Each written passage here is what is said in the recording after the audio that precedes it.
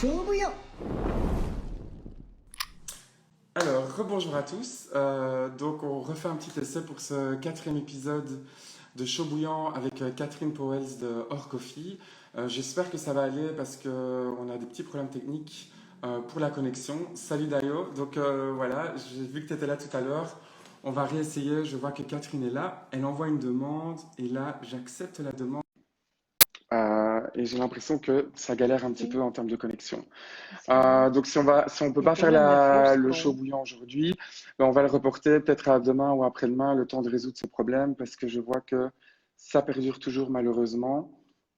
Et donc moi je ne sais pas régler ce problème à distance, ce qui est un petit peu compliqué. C'est fort dommage parce qu'on avait plein de choses à se raconter, Ja. Euh, mais je vois que ah toi tu vois Catherine, d'ailleurs tu vois Catherine là avec moi, parce qu'en fait moi je Nee, la vois aber pas et je pense qu'elle me voit pas. ik kijk Donc, blijkbaar Dario zegt très dat très hij bizarre. zit. Dus, Alors, salut à tous. Bon, ben, on a vraiment un problème technique sur Instagram, donc j'ai un peu peur pour le live de ce soir, puisqu'il y a des gens qui me disent qu'ils voient Catherine, et donc moi je ne la vois pas. Ah ben voilà, ok. Ben, incroyable, donc nous on se voit pas. Bah ouais, le problème c'est que sinon on se voit pas, on sait pas interagir, donc je vais encore réessayer. Je vais, je sais pas très bien quoi faire pour résoudre ce problème, pour être honnête. Je vais lui refaire une demande. C'est vraiment dommage, j'ai jamais eu ça. Donc je renvoie une demande à Catherine. Voilà, je viens de renvoyer une demande. Là, vous me voyez toujours. Ah, voilà Catherine. Ah, voilà. Mon Dieu, incroyable. J'étais vraiment Enfin, désespérée à me dire on ne va pas y arriver. C'est super. enfin, on y est. Alors, j'augmente un petit peu le volume. Comment ça va? Ça va très bien. On continue en français ou en anglais? Si ça te va, je préfère en français. J'essaie de faire un max de talk en français parce qu'il y a beaucoup de choses en anglais sur le sujet du café. Ok, Et c'est vrai qu'il y a un peu moins de choses en français, mais si parfois tu te sens plus à l'aise, on peut switcher en anglais, c'est vraiment oui, comme tu veux. oui, ça va. Mais voilà. On verra bien. Ça va. Yes. Ok. Est-ce que tu pourrais te présenter peut-être pour les gens qui nous regardent et qui ne te connaîtraient pas? Oui, donc je suis Catherine Powels, et ça fait bientôt, non, ça fait 19 ans. En 2001, j'ai commencé avec Tom, mon mari, Hors Coffee, une torréfaction. Mais évidemment, à ce moment-là, c'était super petit, le mot specialty coffee n'existait pas. Et donc voilà, tout ce qui est venu après, c'était une surprise jusqu'à aujourd'hui. Yes. Ouais. Et alors, tu as eu aussi un petit parcours dans l'import de café. Je ne sais pas si on le mentionne, mais c'est quand même aussi une expérience super intéressante. Finalement, par rapport à l'histoire de Or Coffee, qui est une des rares torréfactions à faire beaucoup de volume de café en commerce direct. Et pour une petite structure, c'est quand même pas commun, on va dire. Mais donc, suite à toute ton expérience en commerce direct, à un moment donné, tu as une petite société d'import. Mhm.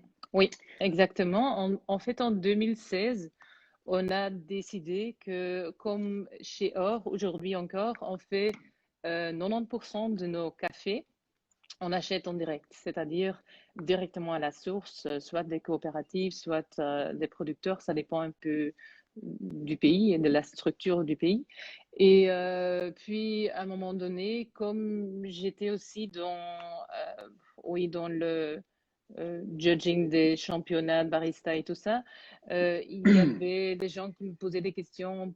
Pourquoi pas acheter non seulement pour vous, mais aussi pour leur torréfaction.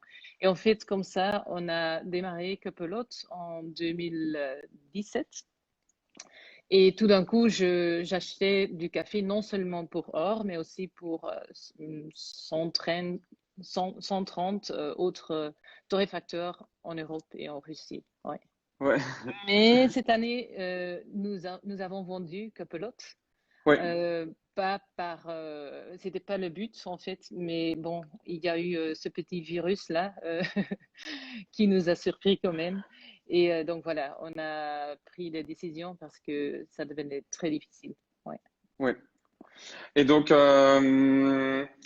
ok, bah, super introduction. Et donc, voilà, moi j'ai travaillé pour Or pendant un petit temps aussi. Donc, c'est un petit live un peu spécial pour moi toujours. Et donc, je suis super content que tu participes à cette session, qui est le quatrième épisode de Chaud Bouillant. Et donc, sans plus attendre, ben, je vais te poser une première question. Euh, qu'est-ce que le specialty coffee pour toi? Peut-être le commodity coffee, le specialty, comment est-ce que tu les définirais et comment est-ce que tu ferais une différence entre les deux? La grande question alors, tout de suite, Il pour y en a démarrer. d'autres. Oui. Et, honnêtement, et peut-être tu te souviens encore, je pense que ça fait 3 ou 4 ans déjà que Tom, mon mari, il a commencé à poser la question en interne chez nous euh, pour trouver un autre mot à la place de specialty coffee. Tu te souviens peut-être? Oui, tout à fait. Parce que, honnêtement, moi, aujourd'hui, je n'aime pas trop d'utiliser encore le mot specialty coffee. Parce que c'est quoi, en fait? C'est très difficile à expliquer.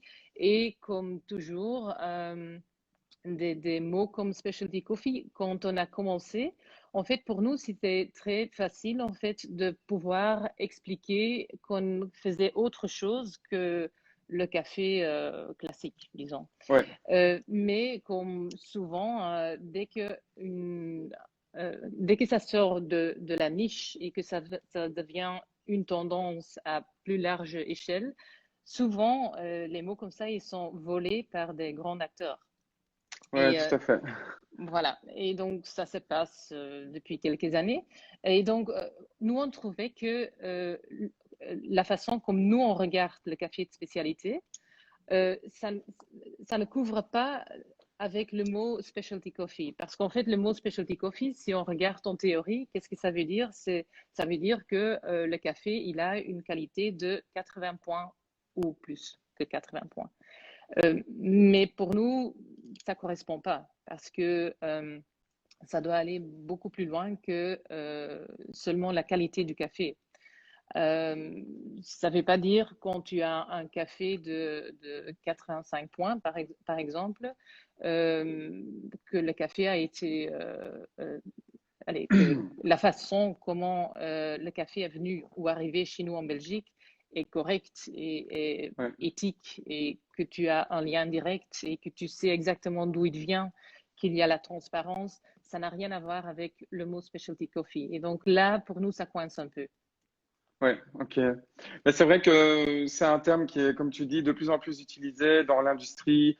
Je vais pas dire de commodité, mais dans le marketing, en tout cas du café. Et c'est vrai que j'entends beaucoup autour de moi et aux États-Unis, j'ai beaucoup expérimenté ça aussi, hein, où on parle de specialty dans tous les sens et où finalement, ceux qui font vraiment du specialty, c'est pas toujours juste par rapport à ça parce que ça demande beaucoup d'efforts et d'investissement. Mais donc, c'est une vraie question, est-ce que ce terme va rester ou pas? Euh, mais alors, à l'opposé, comment est-ce qu'on pourrait peut-être définir le commodity coffee alors? Euh, oui, mais pour moi, aussi dans le commodity, parce que peut-être c'est une question aussi que tu vas poser, dans le commodity, tu pourrais trouver aussi un café qui est correct en termes de qualité. Ça ne veut pas dire que commodity, de toute façon, c'est des cafés non buvables et de qualité très basse. Il y a des cafés, si demain tu vas chez un trader à Anvers, un super grand, et tu fais un cupping là, ben, peut-être tu peux être surpris de temps en temps qu'il y a quand même des cafés que tu dis, ah tiens, c'est pas mal. Et bon, tu n'auras jamais un café de 87 points, mais à l'entrée de café de spécialité, ça peut arriver, hein. Ouais, Mais évidemment, là, il s'agit du prix, hein, dans les cafés de commodité. Donc là, bon, c'est suivant la bourse et c'est bon, c'est le prix qui compte, hein. Donc ouais, l'histoire ou d'où il vient ou même le coût de production du producteur, ça n'a rien à voir, hein. Donc c'est ouais. pas, on tient pas compte de ça. Et quand tu dis qu'on peut parfois trouver un café de qualité ou décent, on va dire, buvable peut-être, sur une table de cupping, on va dire, de commodité, comment ça se fait que des cafés comme ça peuvent arriver? Parce que c'est vrai que moi, n'ayant jamais importé du café, j'ai toujours un peu l'impression que c'est the good guys versus the bad guys. Et je me rends compte qu'il y a quelque chose au milieu qui est complètement flou pour moi, que je ne comprends pas en fait. Et donc, c'est vrai que je me dis, bon, ben, soit on est toujours sur du specialty coffee et on est avec des torréfacteurs qui travaillent avec des importateurs qui ne font que du specialty, ou alors on est dans du commodity coffee où c'est horrible et on achète au prix de la bourse et tout le monde est malheureux. Et puis, je trouve quand même autour de moi des cafés qui ne sont pas du specialty, mais qui sont marketés de manière de qualité, de choses comme ça, qui coûtent plus cher que les cafés vraiment les moins chers en supermarché. Et donc, je me demande parfois, toi, de ton expérience, est-ce que ce sont des cafés de meilleure qualité ou c'est uniquement du marketing? Et est-ce qu'un producteur touche de l'argent sur ces meilleurs cafés ou où est la valeur ajoutée? Enfin, est-ce que tu as quelque chose un peu sur Mhm. ce gap en fait qui est vraiment inconnu pour le grand public et même pour moi? Et voilà, Oui, quelles sont les options là? oui. Ok, longue question. Ouais, Donc, il y a plusieurs choses. D'abord, je pense que c'est plus noir et blanc. Donc, ça a changé beaucoup, hein, donc le trade aussi. Et là où autrefois peut-être les importateurs, c'était d'office des grands qui étaient focusés sur plutôt le café commercial. Aujourd'hui, ça a changé quand même. Donc, ouais, la plupart des importateurs, ils font les deux, ou bien ils font leur volume en commodity, mais quand même aussi, ils essayent de toucher les cafés de spécialité. Et de plus en plus, d'ailleurs, comme nous, on a fait avec Copelote, on était un importateur qui faisait uniquement des cafés de spécialité parce qu'on était focusé sur 86 points et plus, hein. Et la façon comment on travaillait, c'était exactement la façon comment on travaillait avec Or ou comme aujourd'hui on travaille toujours avec Or. Donc, je travaillais avec les mêmes producteurs, la même façon d'acheter au niveau de pricing aussi. Donc, c'est, c'est devenu peut-être un peu plus flou. Là où ailleurs, tu avais vraiment les deux mondes très séparés. Aujourd'hui, il y a quand même un peu allez, un mix, disons. Ouais. ouais. Et est-ce que ça veut dire que dans le café de commodité, du coup, on peut avoir des qualités différentes qui sont... Et si oui, est-ce que c'est dû au hasard de ce qui arrive ou est-ce que c'est vraiment voulu? Ben, je dirais c'est basé sur le prix, ça démarre du prix, mais ça dépend aussi du moment. Donc parfois, il y a des cafés, donc si tu es un producteur quelque part et tu n'as pas le lien direct avec des torréfacteurs. D'ailleurs, souvent aussi, et ça on a vécu nous-mêmes, allez, nous-mêmes en Ouganda, souvent, les producteurs, ils ne sont pas conscients de leur qualité. Donc, ça arrive encore beaucoup. Et d'ailleurs, c'est une des raisons pour laquelle que je pense qu'il est important qu'il y a de plus en plus de connexions entre les producteurs et les acheteurs ici, les torréfacteurs, hein.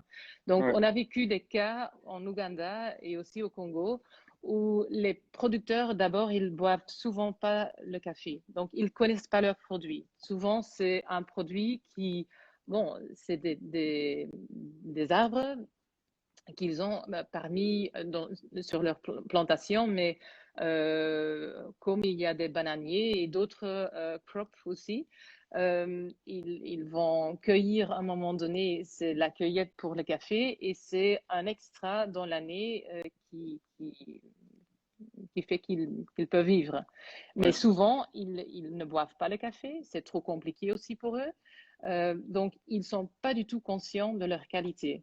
Et là déjà, si tu es dans cette situation-là, ben, tu es déjà très sensible à... Allez, tu es, comment dire ça en français euh, ou en anglais. yeah.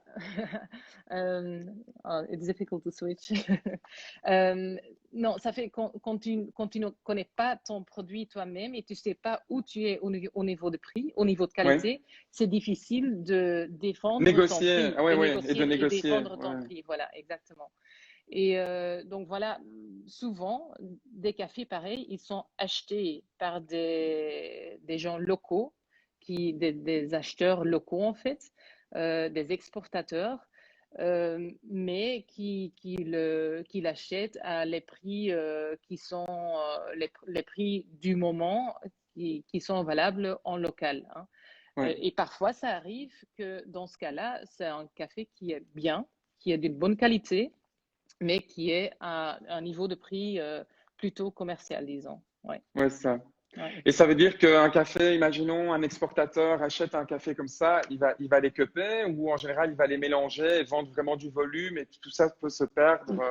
Ben, ça dépend, ça dépend. Il y a des exportateurs, des grands, ça dépend un peu du pays, où ils vont faire un mélange de toute la région. Ça arrive. Et donc, dans ce cas-là, bon, il y a des cafés de qualité médium, parfois des super bons qualités café, mais peut-être aussi des petits volumes. Et ils vont pas faire le travail de séparer tous les lots. Donc, ils vont simplement le mélanger. Et donc là, le prix, ça sera un prix commercial de lot de la région.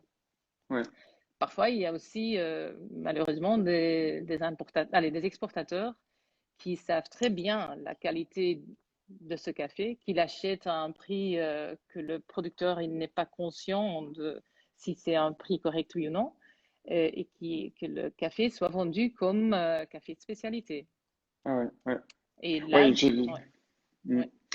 Mais est-ce que ça veut dire qu'il y a euh, comment est-ce qu'on peut quel travail se fait alors dans les pays producteurs et là on parle en particulier de l'Afrique, mais sur le fait d'aider les producteurs à prendre conscience de la qualité éventuelle de leur café ou d'améliorer la qualité de leur café? Est-ce qu'il y a des formations pour ça? Est-ce que c'est au travers de collaborations? Parce que c'est pas évident d'être connecté déjà et d'avoir des moyens de s'informer. Donc, quelles sont les chances ou les choses mises en place pour ce Ouais, genre ouais, d'initiative? ouais. Mais je pense que il n'y a pas vraiment des choses à une grande échelle, hein. Donc souvent, ça dépend des relations qu'un torréfacteur ou un acheteur d'ici, une relation qu'il va construire avec les producteurs là-bas. Et on a fait plusieurs cas comme ça au Congo, en Ouganda. Au Rwanda, je ne sais pas si tu te souviens encore, mais on a fait venir deux personnes du Rwanda, et ça fait 3 ou 4 ans, je pense, pour venir chez nous ici en Belgique 2 semaines, justement pour avoir une formation simple de cupping, mais aussi de barista, et aussi de montrer ce que notre vie dans le café, ça signifie. Parce que c'est pas toujours évident. Si moi je te dis, bon, j'ai un coffee shop à Bruxelles, bon, pour toi, c'est clair. Tu peux t'imaginer ce que c'est exactement. Mais c'est pas toujours évident pour un producteur qui vit dans sa plantation, pas vraiment tout près d'une grande ville, de s'imaginer ce que ça veut dire un coffee shop Ouais, et donc tout ce qui est autour. Donc voilà, là on a fait venir deux personnes pour les former et pour faire en sorte que eux ils sont capables de déguster leur café eux-mêmes et de faire les différences, de trier en fait les cafés. Et, ouais. mais voilà, c'est un cas. C'est parce que nous, on avait une relation avec ce producteur spécifique, mais c'est pas à une grande échelle, hein. Ouais, ça. Euh, Et c'est pas la ouais. majorité probablement. Non, non. Il y a les cours Q-Grader qui, en fait, et ça c'est une bonne chose, en fait, les cours de Q-Grader ici, si tu les suis ici comme torréfacteur, ils sont assez chers. Mais si à l'origine, donc ils essayent de les organiser dans chaque pays régulièrement. Et là, le prix en fait pour participer est très intéressant. Et ça, c'est une bonne Ouais, chose parce que là, ils essayent en fait de former par région des gens qui sont, allez, qu'on parle la même langue aussi, hein, ouais, au c'est niveau de ça. café. Ouais, Ouais, ouais. ouais. Euh, Et donc, de ton expérience, qu'est-ce que ça demande pour un producteur qui fait finalement du commodité et qui aurait accès à une formation comme ça et qui se dit demain, moi je veux faire du spécialité, est-ce que c'est facile pour un producteur?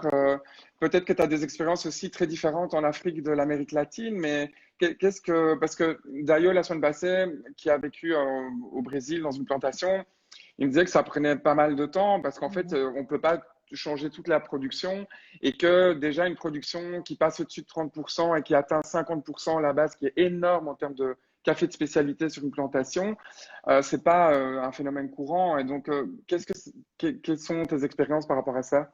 Oui, c'est pas évident du tout, hein.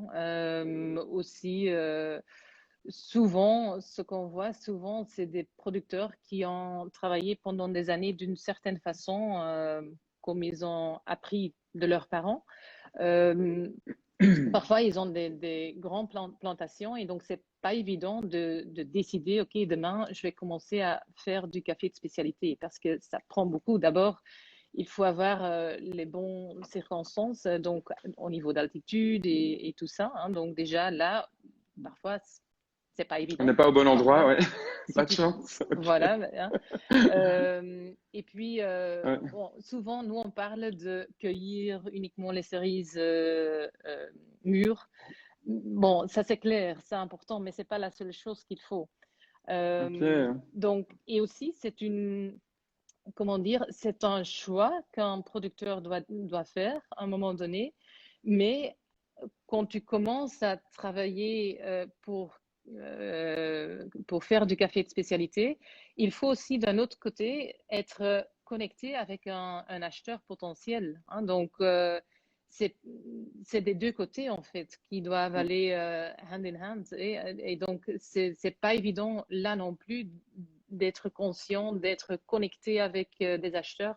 Et c'est pour cette raison-là que souvent, ces gens-là qui sont pas conscients de qui peut être mon acheteur, euh, souvent, eux, ils vont travailler à travers des exportateurs locaux, hein, Ok. qui font ce travail pour eux et ou bien peut-être ils sont trop petits, hein. Si tu as un petit producteur, bon, c'est pas faisable de travailler en direct parce que si tu fais 10 sacs de café, bon, c'est pas faisable de travailler en direct où le café va être super cher si tu Hmm. dois l'envoyer en avion. Donc, dans ce cas-là, souvent, ils vont travailler en local avec un exportateur. Ouais. Et donc, on peut avoir des bons et des mauvais exportateurs, des gens qui vont payer le prix juste ou des gens qui vont comprendre qu'il y a une reconversion. Parce que j'imagine que les exportateurs peuvent avoir des profils très différents en termes s'ils font du spécialité, du commodité, un peu de tout. C'est parfois une question de chance aussi, peut-être.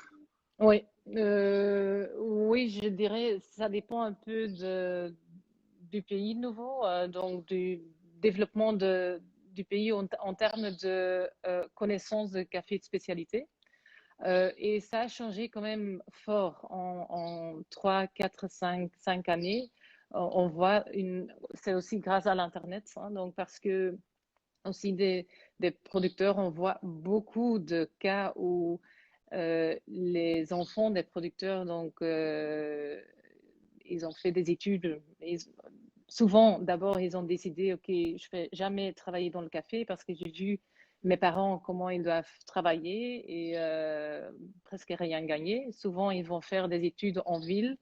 Mais puis, il y a maintenant une vague des gens, des jeunes, qui retournent à la maison Ouais, pour travailler de nouveau dans le café, mais d'une façon différente, parce qu'ils ont vu que cette vague de café de spécialité et qu'il y a des possibilités, mais que ça demande une autre approche. Et ça, c'est quand même, là, je suis optimiste quand même pour le futur. ouais, ouais, ouais. Ok. Une autre question aussi, bon, c'est peut-être moins ton domaine d'expertise, mais quand on vend un marché de commodités, comment est-ce qu'on survit avec ça? Parce que tu disais, il y a des producteurs qui ont du café comme des bananiers, d'autres choses, et donc finalement, c'est un complément, mais il y a aussi des pays où il y a des producteurs qui ne font que du café, et donc c'est une sorte de question avec une autre question, mais j'ai pris conscience que la valeur des monnaies locales et l'achat du café se faisait en dollars, si j'ai compris.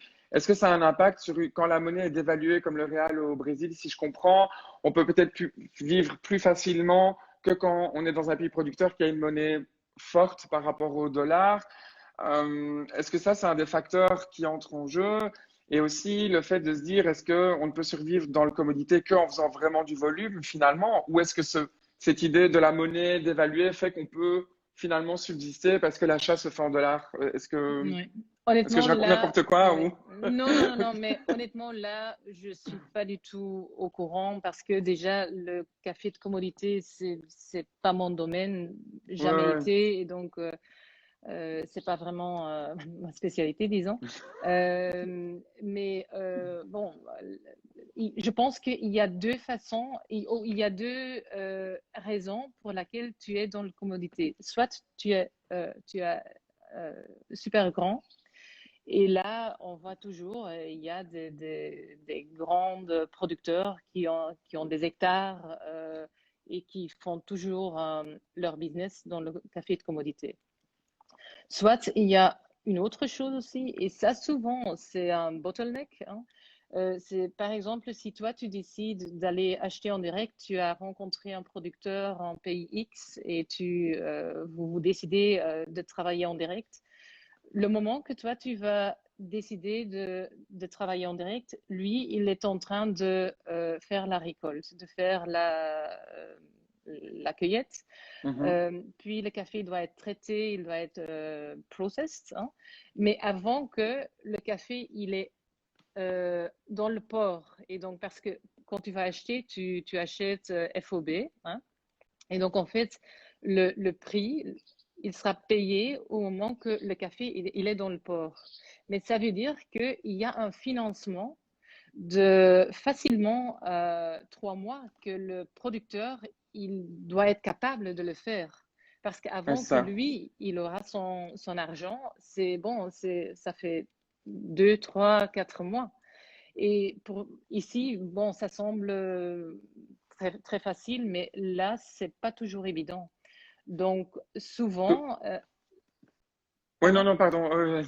non, pardon. Donc souvent, un producteur peut être obligé, parce qu'il n'a pas les moyens de dépasser cette période, de vendre en local. Parce que là, l'avantage, quand il va vendre en local, c'est qu'il soit payé tout de suite. Et donc, Cash, ok, ouais. voilà, cash. Et donc, il aura un accord. Et le gars en local, évidemment, ça ne sera pas le prix que nous, on paye. Mais souvent, il va faire le choix de jouer sur la certitude et de vendre au prix cash. Et voilà. Ouais. Ouais. Euh, Quel est toi ton... Attends, j'ai deux questions qui me viennent en tête mais qui sont complètement différentes. Mais quelle est toi ton expérience peut-être par rapport à d'autres professionnels du métier sur la structure que représente le fait que représente un importateur? Parce que quand je me rappelle quand tu avais Copelote, c'était des choses qui revenaient souvent de dire ben nous en fait on investit beaucoup d'argent parce qu'on doit acheter à l'avance des lots, ce qui est peut-être différent à gérer quand on achète du café en direct pour une torréfaction que pour 130 torréfactions. Ouais. Euh, mais ça veut dire qu'il y a une prise de risque aussi. Et donc, ma question, c'est de savoir quel est le degré d'investissement et de responsabilité de l'importateur si il investit à l'avance dans du café et que le café n'arrive pas toujours à la bonne qualité. Qu'est-ce qu'on fait Ouais. avec des cafés comme Ouais. ça? Mais c'est un risque énorme. Et donc, je pense que chaque importateur, il a vécu des choses désagréables. Euh, Pas toujours parce que tu rencontres des gens de mauvaise volonté, mais bon, le café, c'est un produit naturel. Et donc, parfois, ça arrive que le café, il arrive ici dans le port d'Anvers et que ça ne correspond pas à ce qu'on attendait. Mais c'est clair que ça, bon, c'est un risque énorme parce que quand tu achètes, c'est par conteneur. Et bon, facilement, tu es à 100 000 $ pour le conteneur. Et si tu es dans le café de spécialité, les prix d'achat, bon, ils sont, euh, si on parle des cafés disons que pour l'instant, l'Éthiopie, par exemple, tu es à 6, 7, 8 $ le kilo. Donc, si tu sais qu'il y a 19 200 kilos dans le conteneur, ça vaut beaucoup. Euh, et donc, le problème, c'est toujours quand le café il arrive ici et ça correspond pas ou c'est pas exactement ce que tu attendais, mais tu peux pas le renvoyer. Donc, Mm. à ce moment-là, le café, il va être vendu ailleurs, dans un marché différent, mais évidemment avec une perte de prix. Ouais. Ouais. Et donc ça, Et c'est quelque donc, chose. Ouais, pardon. oui, Ouais. donc je pense que pour un torréfacteur, et donc je peux dire ça parce que maintenant je suis de nouveau dans le rôle de torréfacteur, hein, mais quand même, je dirais que un importateur a un rôle super important, surtout Mm. quand tu es petit comme torréfacteur, quand tu veux éviter des risques comme ça. Quand tu travailles avec un importateur, et c'est toujours le cas, il faut chercher quelqu'un avec qui tu as une relation, une bonne relation, une relation de confiance. Mais je pense que quand tu trouves un importateur avec qui tu as cette relation, ça vaut le coup de travailler avec eux. Oui, Ouais, ouais. ouais. Ok. Et donc, est-ce que tous les importateurs ont cette responsabilité ou est-ce que certains sont plus volatiles ou je sais pas, est-ce qu'un importateur prend toujours ce risque de dire bon, ben, si le café arrive et qu'il n'est pas à la hauteur, on est obligé de le vendre et puis on continue ou est-ce qu'il y a des importateurs qui n'ont pas cette responsabilité ou tous les. Mais tu n'as pas le choix parce que Ouais. comme importateur, tu as acheté ton café, tu l'as payé, hein, donc, et ce n'est qu'après qu'il arrive. Donc, bon, après, il y a toujours la négociation, hein, donc, si l'année prochaine, tu veux acheter de nouveau de ce même producteur ou ce producteur veut continuer à vendre à toi, ben, évidemment, il va essayer de négocier pour éventuellement pour récupérer quelque chose sur l'achat de l'année prochaine. Mais Mm. le café, il est ici, donc Ouais. il doit être vendu quelque part, hein. Et chaque café, il finit vendu quelque part. Donc, Ouais, il ouais. y a un marché pour tous les cafés. Mais ça veut dire que c'est un risque qui est plus fort chez les importateurs de spécialité que les importateurs de commodités où finalement tout se vend sur une sorte de Absolument. standard qui n'est Oui, pas lié à la qualité, oui, quoi. Donc il y a absolument. plus. Ouais. Et aussi parce que le café de spécialité, tu es quand même lié à un shelf life, comment dire ça en Oui, le français? durée de vie sur la date Voilà. limite de consommation. Voilà, Ouais. donc il faut quand même, si tu es dans le café de spécialité, que ton café soit vendu dans les 6 mois après qu'il arrive ici, parce que le torréfacteur aussi, il a encore besoin d'un peu de temps pour pouvoir le revendre. Donc, tu- oui, tu es limité en termes de temps aussi, tandis que Ouais. dans le café commercial, commodity, ça va jouer beaucoup moins, hein, parce que la différence dans le goût, bon, ça va pas être la même chose qu'avec du café de spécialité. D'ailleurs Ouais. aussi, comme acheteur, comme torréfacteur, quand tu payes, les prix sont très différents, tu es exigeant, ce qui est normal. Bien sûr. Ouais. Donc voilà, ouais. Ok. Donc oui, le risque, c'est énorme, ouais, Mm. ouais. Euh, j'ai une question très détail, technique, toujours sur un peu cette tranche de café nébuleuse pour moi, mais qu'est-ce qui se passe dans les dry mills, dans les pays producteurs? Est-ce que on stocke le café en parche, puis on va le déparcher au moment où il est acheté pour l'exporter? Mais est-ce que à cet endroit-là, on peut créer de la valeur ajoutée sur un lot qui arrive en faisant, tu vois, par exemple, on parle de size screening, mais est-ce que la taille du grain a réellement un rapport avec la qualité, ou est-ce que c'est une manière marketée de dire si le grain est plus gros, plus petit, on le vend plus cher? Tu vois, est-ce qu'au dry mill, on fait ce genre de choses, des sortes de choses qui amènent de la qualité en plus, qui n'est peut-être pas de la qualité, mais qui permettent d'avoir des marges plus élevées pour des exportateurs?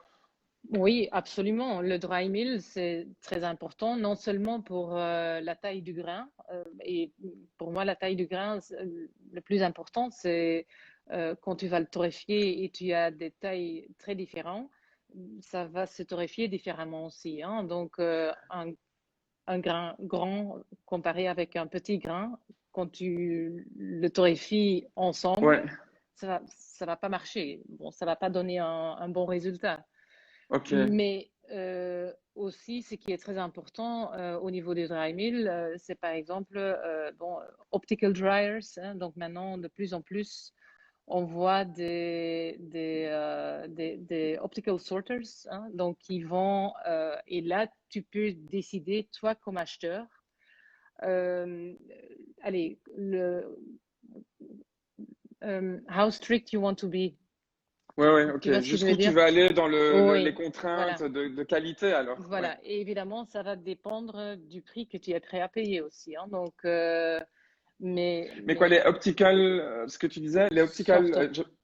Donc, ça veut si, dire, ce sont des machines ou des gens? oui, non, c'est ça.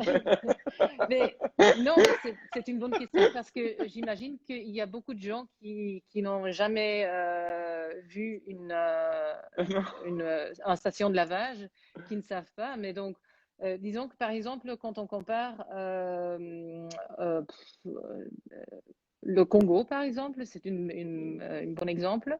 Là, évidemment, c'est des gens, hein. Donc, les gens, ils vont, vous voyez les tables superposées sur lesquelles ils vont mettre les grains. Donc là, il y a une sélection et les gens, Ouais. ils vont sélectionner en regardant, hein, donc les différences de couleurs et broken beans et, ou voilà.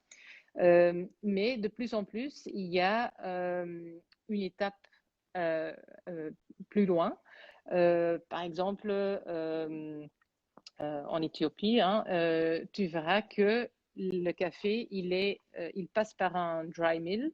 Et donc là, il y a une machine dans laquelle les grains ils vont passer. Et donc, il y a en fait il y a un petit ordi qui va dire, OK, si le couleur ou la structure est trop différent, ils vont jeter le café. Donc, ça va passer par le Ah, côté trier, parce qu'il va être trier, en vendu, mais fait. Oui, oui, oui, voilà. Oui, on voilà. va pas le boire. Mais Enfin, il nous, sera nous. vendu par quelqu'un, mais Ouais, ouais. voilà, ça sera une autre qualité. Et donc, et évidemment, ça, c'est une façon de travailler super adéquate. Mais il faut, oui, ça dépend de nouveau de quel pays et ça coûte cher. Donc, Hmm. ouais. Mais donc, ça veut dire que dans le dry mill, avec ces équipements, on peut encore créer de la qualité, qu'on fasse du commodité ou du spécialité finalement. Oui, On peut créer des lots différents, pas tant par rapport à la plantation, mais plutôt par rapport au grain et à la couleur et aux défauts visuels et ce genre de choses. oui, absolument. Il y a en fait dans chaque étape, il y a la possibilité de trier plus et de créer une valeur ajoutée au café, ouais, dans chaque étape. Ok. Ouais. Mais est-ce que ça veut dire que si moi demain j'ai une torréfaction et que je me dis ah je vais acheter un peu de spécialité mais aussi un peu de commodité, est-ce que dans un catalogue alors je vois ces choses-là? Comment est-ce que je sais bon je sais que le commodité n'est évidemment pas ta spécialité, mais si on parle de ça parce que je sais toujours d'explorer cette zone un peu nébuleuse, mais si on arrive à recréer des qualités, on peut très bien du coup faire que des cafés de commodité vont coûter plus cher parce ils auront été triés et qu'il y aura une meilleure qualité. Mais qu'est-ce qui fait qu'à un moment donné, on passe dans le spécialité? Je sais qu'il y a une cote de 80%, mais euh, qui décide de ça finalement? Est-ce qu'il y a quelque chose d'objectif ou c'est un rapport de confiance ou comment est-ce que ça se passe?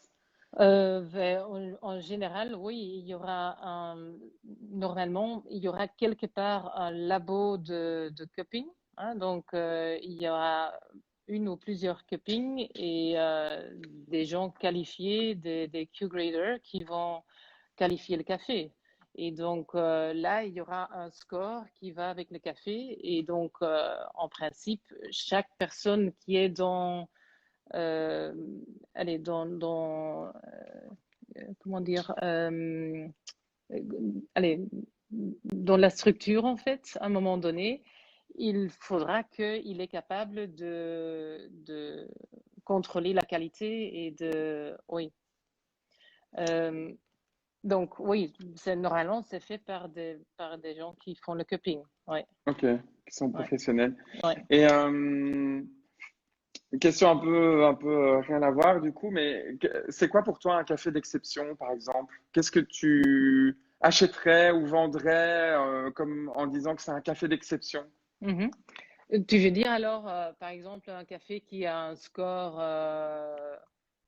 C'est vraiment une question complètement open. Ouais, Comment est-ce que toi tu définirais un café d'exception ouais, pour ouais. toi? Qu'est-ce que ça veut dire? Ouais.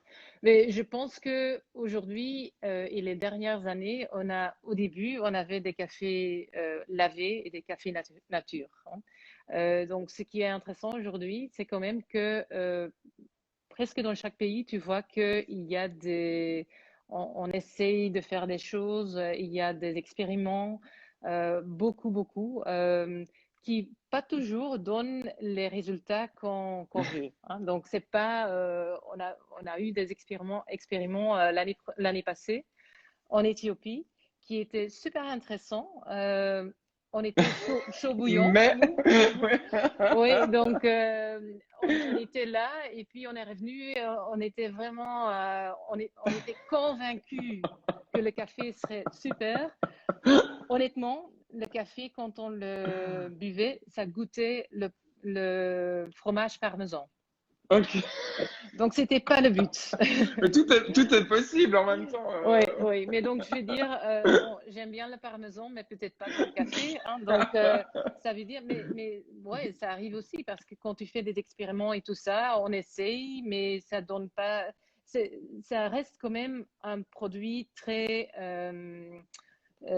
difficile. C'est un produit naturel et aussi, je pense que notre secteur de café, tout ce qu'on sait aujourd'hui, ce qui est encore très petit, très peu ce qu'on sait, mais c'est la connaissance très récente, hein. Donc, Mm. si on regarde le café de spécialité et tout le genre de discours qu'on a maintenant, bon, regardons, il y a 10 ans, ça n'existait pas, hein. Donc, Ouais, le tout à café de fait. spécialité et la connaissance est très récente. Donc, ça veut dire que parfois, bon, c'est pas l'objectif qu'on avait. Mais un café d'exception, pour moi, oui, c'est quand même, par exemple, je me souviens, je pense, entre-temps, il y a 5 ans, avec les premiers cafés anaérobiques, c'était en Costa Rica. Pour moi, ça, c'était vraiment la première fois que je goûtais ce café, c'était tout à fait différent. Et je Mm. pense ce qui, pour moi, est intéressant dans ce café, on vient en fait de finir la récolte de cette année chez nous.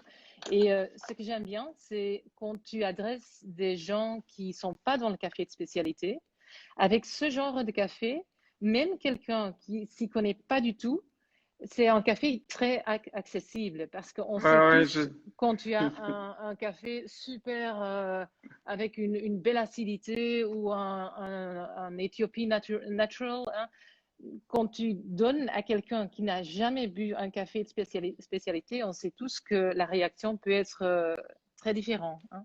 Et ça, avec les anaérobiques, c'est pas le cas. Et donc ça, j'aime bien Mm. que c'est un café, tu peux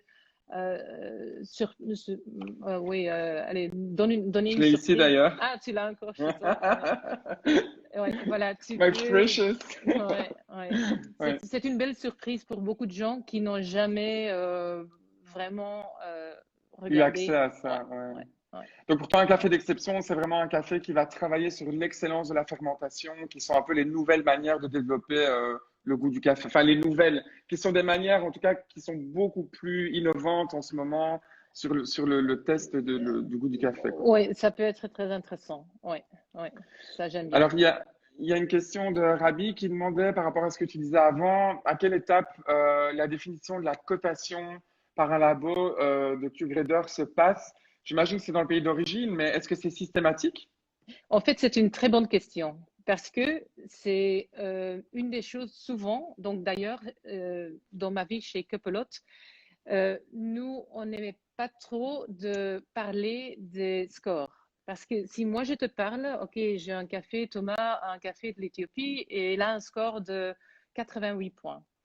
Le moment que le score est donné, c'est en fait juste après la récolte, hein. Donc, par exemple, pour rester avec l'Éthiopie, on y va début janvier toujours. À ce moment-là, tous les cafés ils sont frais et ils ont leur potentiel d'un café avec tous les fraîcheurs et tout ça. En ce moment-là, tu vas donner la cotation. Mais on sait tous que avant que le café il va arriver ici chez nous en Belgique, il y a encore 3 mois de passage. Ouais. Et aussi, De quand il stock, arrive de ici, transport, de voilà, contrôle, de température, humidité, ouais, enfin, ouais. les premiers Éthiopies, ils arrivent toujours deuxième partie d'avril, hein, au début même. Cette année, c'était plus tard. Donc, ça fait déjà 4 mois de différence. Et aussi, maintenant, on est quoi? On est mi-novembre. il y a de l'Éthiopie qui est vendue, qui est torréfiée, qui est bu. Mais le Mm. score, maintenant, l'Éthiopie, en fait, c'est pas un bon exemple parce que c'est un pays d'exception. Là, l'Éthiopie, c'est quand même très différent. Mais Le disons grain que vert peut rester longtemps. Ouais, euh, ouais. oui, le Guatemala ou Honduras ou des pays comme ça, après 6 mois, le score va plus être le même de 88 points. Donc, oui, donc ça change, évidemment. Mm. Et un café qui a eu 88 points au début, il n'aura plus après 6 mois. Oui. Alors, peut-être pour terminer sur ces questions un peu aux origines, en fait, j'avais trouvé sur le site internet à l'époque de Carolotte, j'avais imprimé votre descriptif du parcours du café, etc. Et je trouvais ça super intéressant. Et alors, j'avais vu en fait que tu mentionnais effectivement les prix FOB. Donc FOB, ça veut dire que le café, il est prêt, tout a été payé dans le pays d'origine, il est prêt à monter dans le bateau pour Oui, être importé. Ça veut oui. dire qu'après le FOB, on paye les frais d'importation et puis tous les frais sur le place dans le pays où on va torréfier le Et le café. transport en bateau. Oui, Et le transport en bateau. oui. Et donc ici, il y avait des exemples en fait où tu parlais de minimum FOB, maximum FOB pour l'Éthiopie, Kenya, différents prix. On oscille entre 3 dollars et 6 dollars le pound, donc ça veut dire Oui, à peu près le demi-kilo. oui. Là où le stock market, c'est 92 centimes de dollars le pound. Mhm. Mais ce prix du stock market, c'est FOB ou c'est avec le transport compris quand on Non, achète c'est au port FOB. d'Anvers? Ça, FOB. c'est FOB. Oui, oui, Ok, donc ça veut dire que sur ce prix FOB, ok, parce que ça, c'est une question que j'ai jamais oui, eu de réponse, de oui, comprendre que le prix du sea market, c'est aussi le prix FOB, oui, pour, oui. pour pouvoir quand même bien comparer les choses. Oui, Ok. oui.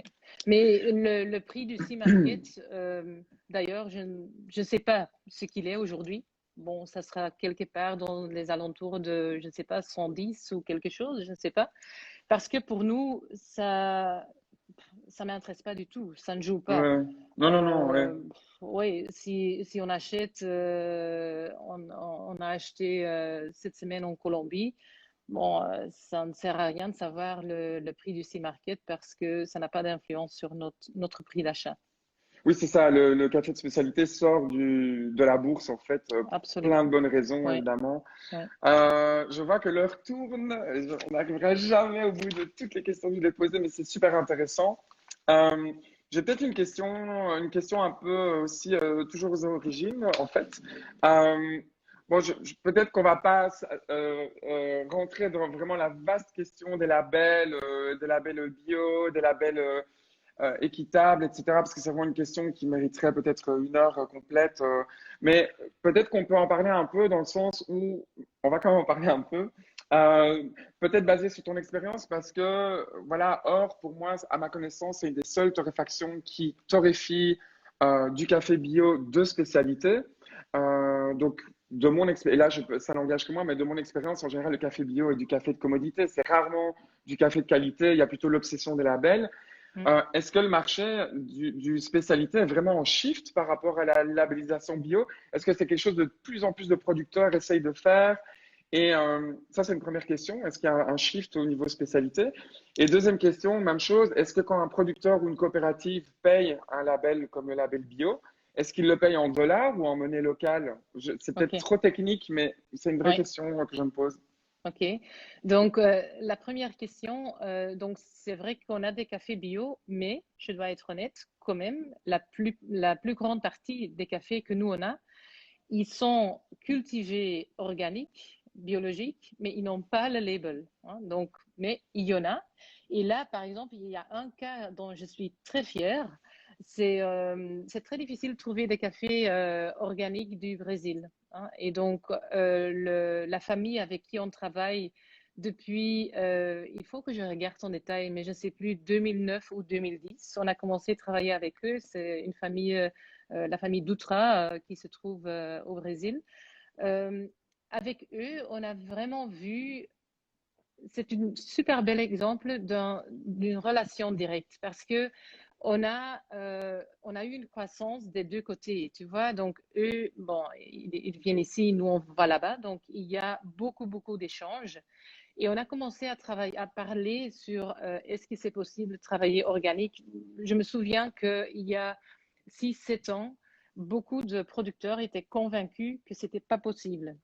C'était non, non, c'est pas faisable, c'est pas possible. Mais quand même, petit à petit, il y en a beaucoup qui ont commencé, qui commencent à essayer de travailler de façon organique. Et donc, il y a 4 ans qu'ils ont décidé de une partie de leur plantation de le faire 100% organique. Puis ils ont été Ah, ça met euh, 3 ans pour avoir le label oui, officiel, voilà. en Europe en tout D'abord, cas, oui. c'était pour les États-Unis et maintenant, la première année en Belgique, allez, en Europe, hein, ils ont aussi le label bio. Donc, là, je trouve que ouais, c'est chouette de voir cette évolution et de voir que des deux côtés, euh, quand eux, ils sont du côté de l'acheteur, qu'il y a cet intérêt et qu'il y a ce volontiers et voilà, que ça peut Et fonctionner. Ouais. ah oui, et au niveau du label, on paye ça en même chose en dollars ou en réal ou quel est l'impact? Parce que j'imagine que c'est un gros impact si on achète 3000 $, j'en sais, je raconte n'importe quoi, mais un label ou que c'est en réal et plutôt par rapport à la réalité financière du pays. Est-ce que tu sais ça? Un En, producteur? euh, j'ai aucune idée. Si Non. c'est en dollars ou je ne sais pas du tout. Je sais que c'est par volume, hein, donc de plus que Ouais, ouais. Euh, parce que ouais, parfois ça coince un peu parce que ouais, je me souviens par exemple l'année passée du Pérou quand un producteur ils ont comment dire ils ont acheté ou booké le label pour volume X ils peuvent pas le dépasser. Donc s'ils ont atteint ce niveau, évidemment, le reste du café, il est aussi biologique, il est Ouais, aussi ouais. organique, mais puis ils ont leur quota, ils l'ont utilisé. Et puis voilà, le reste du café, tu peux l'acheter aussi, mais il n'aura plus le label. Donc ça, c'est un peu, Ouais. ouais, c'est un peu. Ok. Ça pose quand même des questions Mais sur le donc, fonctionnement ouais, mais je ne un sais peu pas si bizarre. c'est en argent local ou monnaie locale, je ne sais pas. Mais ouais, c'est par Ok, poids. Ouais, ok. ouais. Euh, Moi, j'ai une question un peu sur le point de vue du consommateur aussi, parce que voilà, le marketing est très féroce, on va dire, en ce moment, je trouve, dans le secteur du café grand public, où on réutilise beaucoup de wording du café de spécialité. On donne accès à des photos d'une coopérative, alors que le prix est complètement délirant, très très bas en magasin. Et donc, moi, je me pose aussi une question c'est une question peut-être un peu compliquée, mais quand on achète spécialité, on achète beaucoup plus cher. Donc, on sait que l'argent va bénéficier aux producteurs sur plein de niveaux différents, que ce soit au niveau de l'investissement en équipement, de la santé pour la famille ou les producteurs, la rémunération et ce genre de choses. Mais quand c'est pas le cas, bah, on est alors sur des labellisations plutôt liées à une industrie en crise, quelques cafés de commodité. Mais est-ce qu'il y a des bonnes actions ou est-ce que c'est toujours un peu compliqué finalement d'avoir des fondations, des ONG qui font des choses mais qui imposent aux producteurs de faire des choses? Je ne sais pas si... Est-ce que tu as une opinion là-dessus ou est-ce que c'est un peu encore un sujet tabou et très délicat aussi à aborder? Mais parce que souvent, on a ce côté charité en fait. Hein, quand on achète du Mhm. café, on va voir un label, on se dit, ah, c'est génial, il y a une fondation, une association qui fait un hôpital ou une école. Et donc, moi, je me dis toujours, bon, peut-être que c'est bien, en fait, c'est mieux que rien, en tout cas. Ouais, Mais est-ce que c'est chouette, malgré tout, pour un producteur qu'on l'impose de faire une école ou ouais, un ouais. hôpital, j'en sais rien. Honnêtement, mais bon, c'est mon opinion super personnelle. Mais moi, personnellement, je ne crois plus dans ce genre de projet. Malgré le fait qu'ils sont toujours, c'est pour les bonnes intentions qu'ils ont été inventés, toujours, hein. Mais moi, je suis convaincue qu'il faut essayer de travailler d'une façon d'égalité et pas Oui, et pas charité. de charité. Ouais. Oui. Est- Ouais. Je pense Est-ce que ça que. veut dire que... Ah oui, pardon, Non, non, dis-moi. non. Vas-y, vas-y. Je pense. Mais, ah oui, non, non, vas-y. Non, je pense mais c'est partout dans le monde entier, c'est la même chose. C'est ici la même chose quand on peut, avec quelqu'un avec qui tu travailles Et des deux côtés, tu peux bénéficier et tu es proud sur ce que tu fais, de ton travail, de ton boulot, aussi d'un producteur quand euh, des producteurs ça semble très simple, mais quand j'amène simplement un petit sac, le sachet que tu as avec toi là, quand j'amène ça l'année prochaine chez le producteur et ils voient leur produit, leur nom sur le sachet, ça donne oui, Fierté, une ouais. fierté sur le produit. Et je suis convaincue, de plus que tu peux connecter et parler de la même façon et de la même langue et essayer que l'un comprend exactement la vie de l'autre dans le café, ça marche bien. Et donc, je suis convaincue qu'il est important de travailler d'une façon égale et comme deux entrepreneurs, mais Mm. pas de... Oui, ça me fait penser un peu à l'époque, il y a 30-40 ans, la façon, oui, que nous, on regardait l'autre côté du monde. Et donc, Ouais, ouais. ouais. Mais bon, c'est Non, mon mais opinion à moi. ok. Et c'est Moi, toujours délicat. Et donc, voilà. c'est toujours délicat, effectivement, mais bon, ce sont des mots lourds de sens que je vais dire, mais j'entends et je vois et je pense que de plus en plus, on parle de décoloniser le business model du café, qui est vraiment lié aux colonies et à l'oppression, en fait, dès le début que le café a été planté et cultivé, Ouais, quand il est sorti, on va dire, de la région de l'Éthiopie et du Yémen, ça a été vraiment une ouais, histoire très compliquée dès le début. ouais. Donc, ça fait sens, mais ça m'amène à une autre question. Ici, on a le nom d'un producteur, effectivement.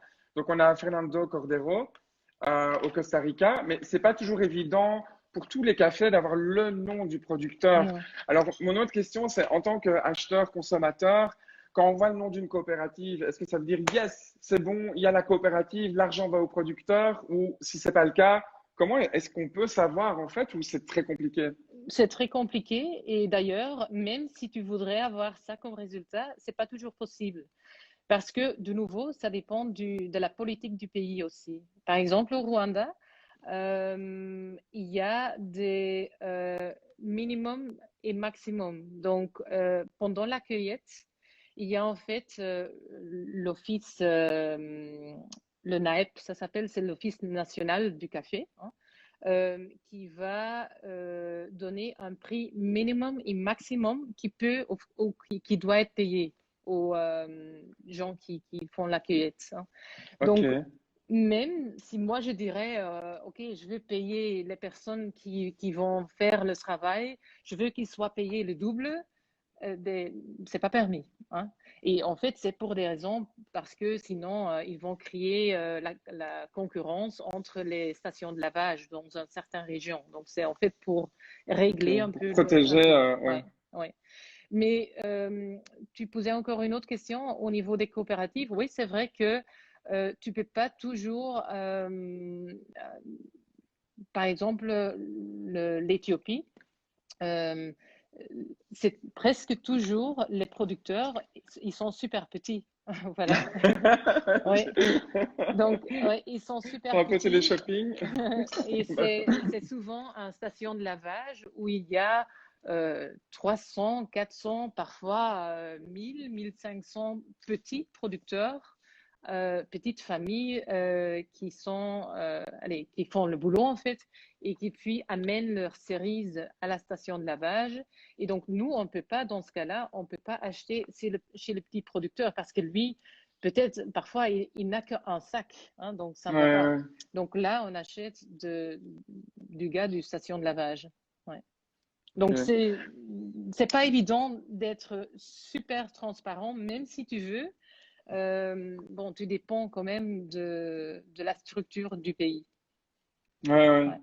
Mais donc c'est difficile, on est d'accord que pour un consommateur, il n'y a pas vraiment de solution réelle pour savoir si finalement il achète un café qui fait du bien ou pas. Je ne parle pas du specialty parce qu'il y a un rapport de confiance où on se dit que le boulot est bien fait, mais quand je parle de marketing très puissant, de plus en plus, je vois maintenant au supermarché des paquets très bien marketés, très bright, des notes aromatiques, le nom du pays d'origine.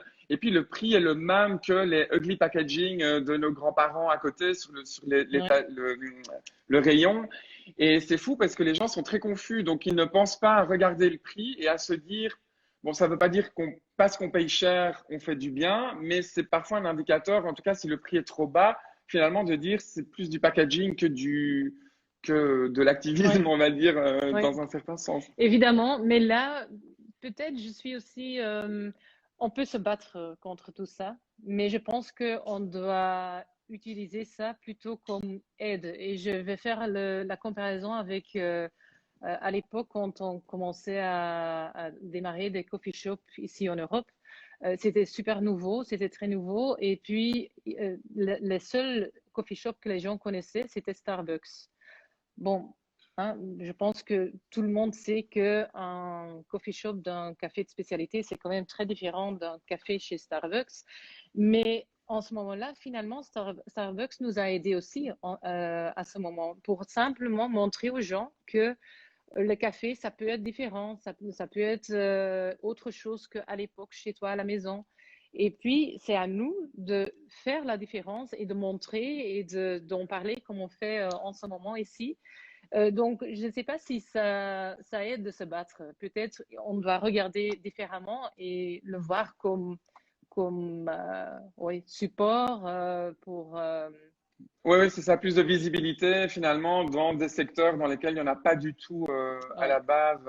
Et c'est ouais, vrai, je trouve ça super de dire ça parce que moi-même finalement, Starbucks a été un de mes premiers questionnements sur le café, différent de ce que j'avais de mes grands-parents en fait, hein. Donc, ouais, je ouais, pense que le fast-food du café et ont un rôle à jouer aussi pour amener les consommateurs vers autre chose. Mais c'est vrai que c'est parfois parce qu'au travers des coffee tours, etc., on parle de ces sujets et j'ai souvent des gens qui sont très confus par rapport à ce qu'ils trouvent, ne sachant pas quelle information peut confirmer si c'est ce qui doit être ouais, bon ou pas. Et c'est vrai que pour ça, malheureusement, il faut être dans un rapport de confiance, lire les informations ouais, et ouais. aller un peu plus loin. Ouais. Je pense que, Euh, encore une chose que je veux dire là, je pense que comme consommateur, il faudra plus poser les questions parce que je trouve que c'est très peu qu'on reçoit des questions très concrètes des consommateurs. Chez nous, par exemple, à la torréfaction, et j'aime bien quand il y a des gens qui m'envoient un message pour demander, ah, écoute, j'ai acheté ce café-là et en fait, je veux savoir exactement, je veux avoir plus d'informations. Je trouve ça, c'est très peu qu'on a ce genre de questions. Et je c'est pense vrai. qu'il est important. Et si ton torréfacteur ne sait pas te répondre, mais peut-être là, il faut se poser des questions. Oui, Ok. ouais. On va gentiment arriver au bout de cette heure passée ensemble. Mais j'ai peut-être une dernière question qui est un petit peu récurrente. C'est quel est le meilleur café au monde pour toi? Oh, le meilleur café. Mais moi, je trouve toujours que le café, c'est aussi, c'est beaucoup d'émotions. Et j'ai quand même eu des cas où tu es dans le setting parfait avec quelqu'un, il y a l'ambiance parfaite. Et souvent, le café que tu as eu en ce moment-là, ben, il sera beaucoup meilleur. Et quand tu amènes ce café chez toi à la maison ou dans un autre setting, souvent tu es déçu après parce que dans ta tête, tu disais, Je ah, vois. ce café, il est super. Et puis après, oui, c'est bien, mais c'est plus la même chose. Donc, je trouve qu'il y a aussi beaucoup d'émotions dans le café. Mais qu'est-ce qui est le meilleur café techniquement? Et c'est pour ça que tout à l'heure, je disais que l'Éthiopie, c'était un peu mal choisi de ma part comme pays, parce que je trouve quand je vois comment ils font le travail en Éthiopie, comparé avec d'autres pays, l'Éthiopie peut se permettre beaucoup, parce que les cafés, ils sont toujours, quand tu as un table de cupping et il y a des Éthiopies entre les autres cafés, ils sortent tout de suite de la table. Et donc, oui, ils ont cet avantage. Donc, je vois d'autres pays où ils font beaucoup de boulot pour essayer d'atteindre un autre niveau de café. Mais ouais, c'est difficile de battre l'Éthiopie. en origine. Ouais, C'est un peu la terre-mère de l'Arabica, donc les ouais, conditions aussi sont plus sauvages, le ouais, sol est très diversifié, donc c'est probablement, ouais, ça fait probablement du ouais, sens. ouais. Ok, ben, quelle est l'actualité pour l'instant de Or? Est-ce qu'il y a des choses, bon, je sais que la situation avec l'Horeca est très compliquée, mais est-ce qu'il y a des choses à annoncer, des prochains cafés qui arrivent, des origines, quelque chose que tu veux ajouter? Des origines, on ne change pas d'origine, donc on a 8 pays qu'on fait en direct, et puis il y a 2 pays qu'on ne fait pas en direct, c'est le Kenya et le Guatemala. On ne fait pas nous-mêmes, donc c'est par un importateur.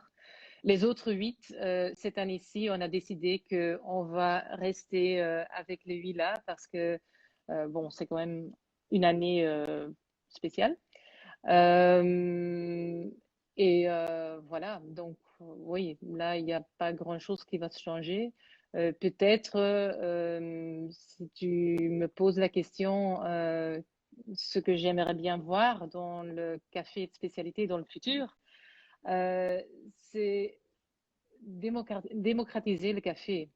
Là, je trouve que de plus en plus, ça me gêne un peu que quand on regarde le café de spécialité, depuis 10 ans, ça reste toujours quand même un produit pour un certain groupe Hmm. dans notre, allez, dans notre, comment dire, maatschappij, Dans la société, ouais, ouais. dans la société, voilà.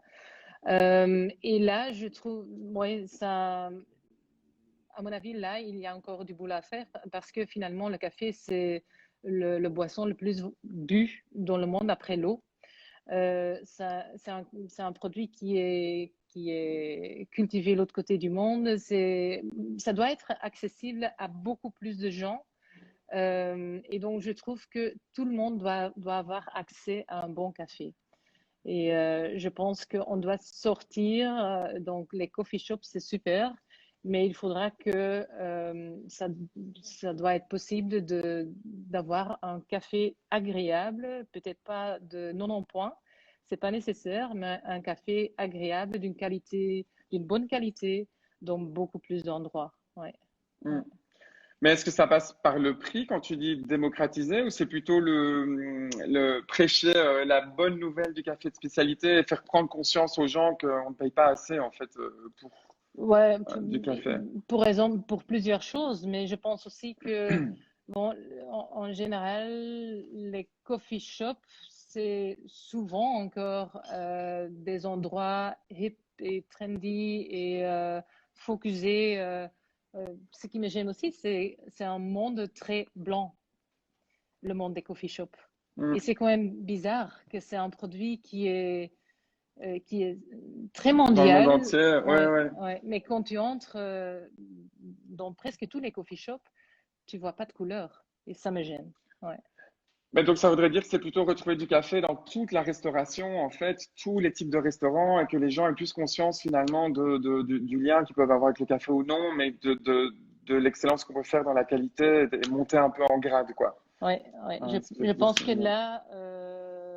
là, on doit, nous, comme communauté de café de spécialité, on doit beaucoup plus se battre pas contre l'un contre l'autre, parce que je pense pas qu'un autre torréfacteur de café de spécialité, c'est un compétiteur. Pas du tout. Hmm. La Hmm. compétition, c'est des torréfacteurs industriels qui vendent leur café souvent au même prix, parce que c'est pas toujours Oui, bon je marché, sais. Oui, oui, c'est pour un dingue. café avec un contenu qui est cheaté, hein. Et donc Hmm. là, c'est la compétition pour moi. Hmm. Ok, cool. Ben, Catherine, merci, merci infiniment pour ce direct. Euh, ben, voilà, je vais te souhaiter une bonne soirée. On va arrêter ici. Et en tout cas, la semaine prochaine, même heure, je recevrai Jordan Crosswaite, qui travaille pour Nordic Approach aux États-Unis. Donc, on s'est beaucoup croisés quand j'habitais à New York. Et donc, là, il est trader sourceur indépendant. Il bosse beaucoup avec la Colombie et il va nous expliquer un peu tout ce qu'il fait. Ça sera une session qui sera en anglais vu qu'il ne parle pas du tout français.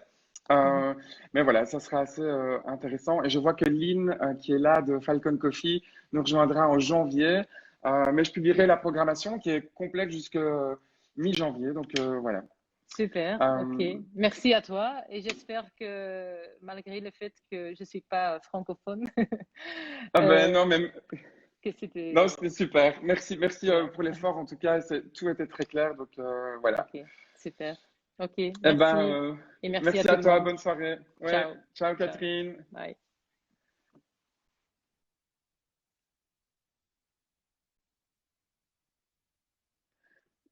Alors voilà, ben donc ce direct est terminé. Vous pouvez aussi toujours suivre l'actualité. Les coffee tours sont toujours en stand-by, mais je suis occupé à faire des formations en distanciel sur Eventbrite.